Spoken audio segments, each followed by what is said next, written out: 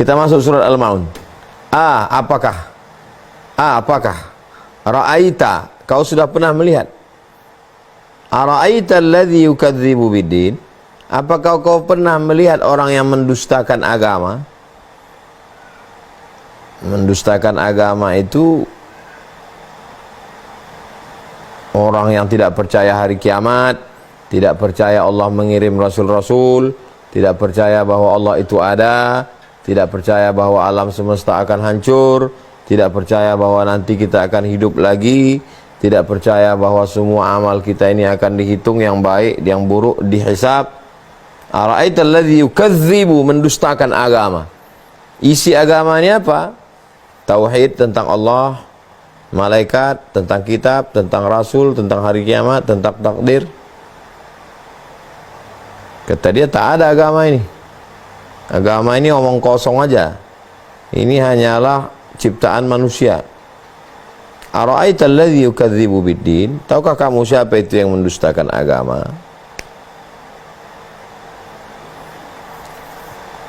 Yang paling tinggi kualitasnya ayat dijelaskan oleh ayat. Nomor 2, ayat dijelaskan oleh hadis Nabi. Nomor 3, ayat dijelaskan oleh pendapat sahabat Nabi.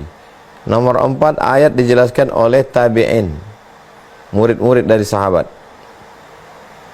Nah, ini ayat dijelaskan oleh ayat. Ara'aita alladzi yukadzibu biddin, tahukah kamu siapa itu pendusta agama?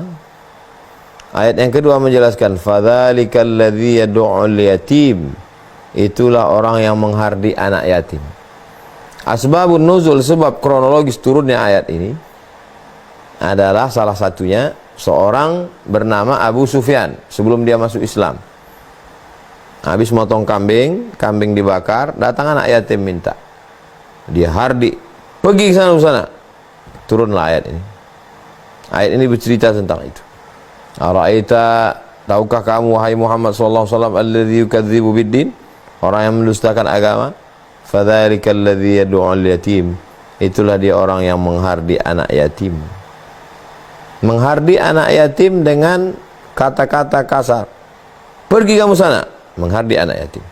Tapi ada juga menghardi anak yatim, kata-katanya lembut, tidak bersuara, tapi dia langsung kasih kode kepada security-nya.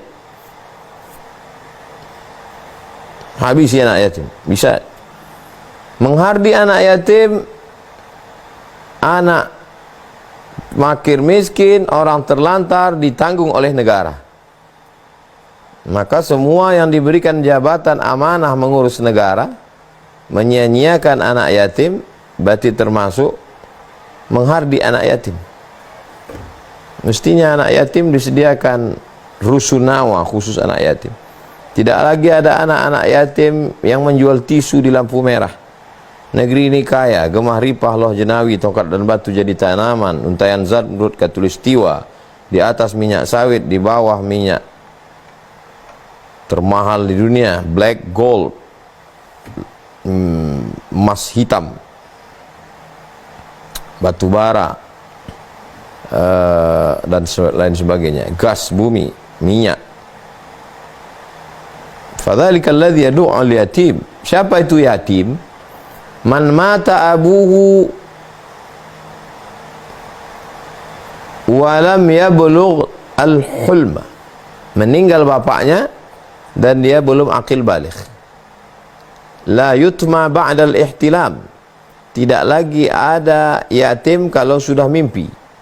Jadi kalau sudah dia mimpi, umur 13 tahun laki-laki, umur 9 tahun perempuan, usia paling cepat menstruasi, dan kabarnya sekarang lebih cepat lagi karena faktor makanan, tontonan, kehidupan sosial. Banyak anak-anak dewasa belum waktunya. Maka kalau dia sudah akil baligh, dia tidak yatim lagi. Pendapat yang pertama, dia tidak yatim lagi. Pendapat yang kedua, riwayat dari Sayyidina Abdullah bin Abbas, dia tetap yatim sampai punya pekerjaan bisa memenuhi kebutuhan pokok hidupnya. Nah, itu. Jadi nanti kalau ada santunan anak yatim, berikut ini santunan anak yatim, tiba-tiba maju ke depan anak semester 3. Menurut pendapat yang pertama, dia tidak yatim lagi. Tapi jangan langsung komplain. Itu kan udah kuliah pak, dia udah akil balik, nggak yatim lagi. Mungkin dia pakai pendapat Abdullah bin Abbas. Memang betul dia udah kuliah, tapi dia kan belum dapat kerja, masih kuliah S2, masih disubsidi, masih ditanggung. Nah, ini. Jadi agama Islam ini luas. Yatim artinya meninggal bapaknya. Fadzalikal ladzi yad'ul yatim. Itulah orang-orang yang menghardik, mengusir, menghalau, membentak anak yatim. 3. Wala yahuddu ala ta'amil miskin. Tidak yahuddu, mendorong, tidak memotivasi untuk memberi makan orang miskin. Tak ada disebut tidak memotivasi untuk mengumrohkan orang miskin, karena umroh ini bukan kebutuhan pokok. Nah, yang namanya orang miskin ini yang paling penting makan. Sulit untuk menjelaskan cerita tentang makan bagi orang yang tak pernah minjam beras. Nah, mungkin di antara kita, bapak, ibu, abang, kakak, adik, tak pernah seumur hidupnya minjam beras, karena hidupnya nyaman, punya duit banyak. Tapi bagaimana dengan saudara kita yang pagi lapar, siang lapar, petang lapar, malam lapar? Maka yang paling penting adalah makan. Wala yahuddu ala ta'amil miskin, makan. Kebutuhan pokok makan. Jadi kalau kita lihat ayat Al-Quran ini lebih spesifik lagi. Selama ini yang mendusta agama, mengejek-ejek agama, mengolok-olok agama. Sekarang ternyata ada yang lebih khusus lagi. Pendusta agama adalah menghardik anak yatim, tidak ada motivasi untuk mengasih makan orang miskin. Apa beda fakir dengan miskin? Fakir tidak ada income sama sekali, itu fakir. Tak ada pemasukan sama sekali, itu fakir.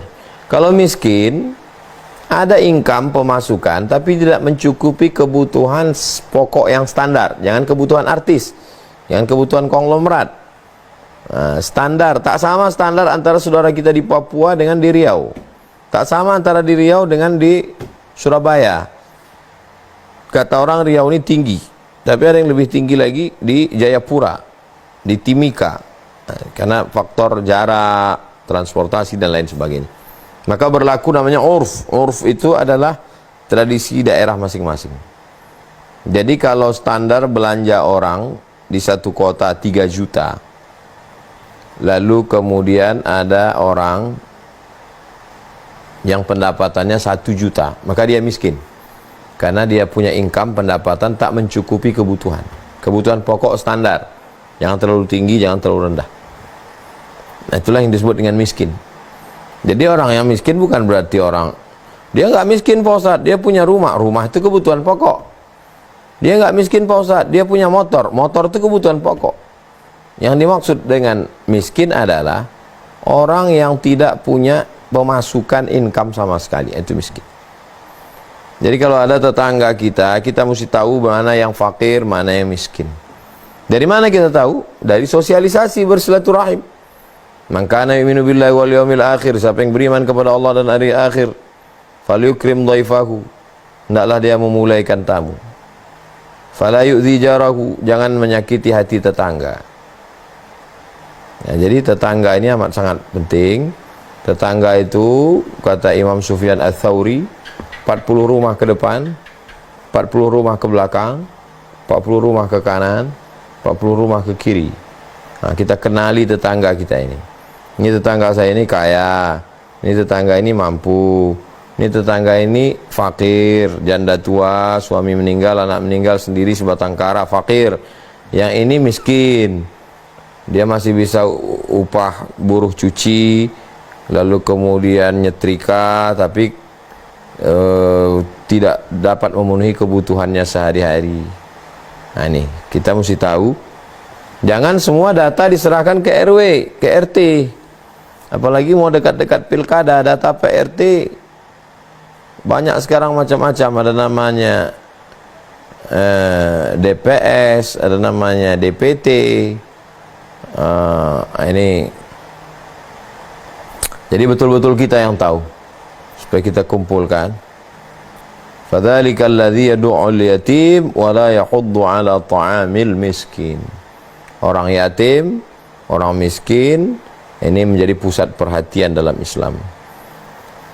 Selama ini yang kita pentingkan adalah menutup aurat, sudah haji apa belum, sudah umroh apa belum, gimana dengan puasa Arafahnya, gimana dengan sholat tahajudnya. Ternyata kita diajak untuk piknik lebih jauh. Standar keislaman yang selama ini kita, apakah pakai baju koko, pakai sarung, apakah udah pakai peci, itu standar umum. Ini standar yang baru adalah apakah kita peduli pada anak yatim, apakah kita peduli kepada makanan fakir miskin. Baru yang keempat, ayat keempat, fawailul lil musallin, celakalah orang yang sholat. Kalau yang sholat aja celaka, apalagi yang enggak sholat.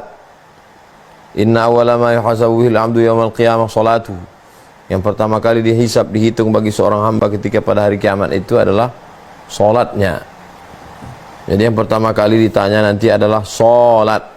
As-sholatu imaduddin, sholat itu tiangnya agama. Tapi tidak disebut sholat nomor satu. Tahukah kamu siapa pendusta agama? Itulah orang yang meninggalkan sholat. Tidak. Pendusta agama hablum minan nasnya dulu. Fadzalikal ladzi yad'ul yatim, menghardi anak yatim, wala yahuddu 'ala ta'amil miskin, tidak memotivasi untuk ngasih makan orang miskin.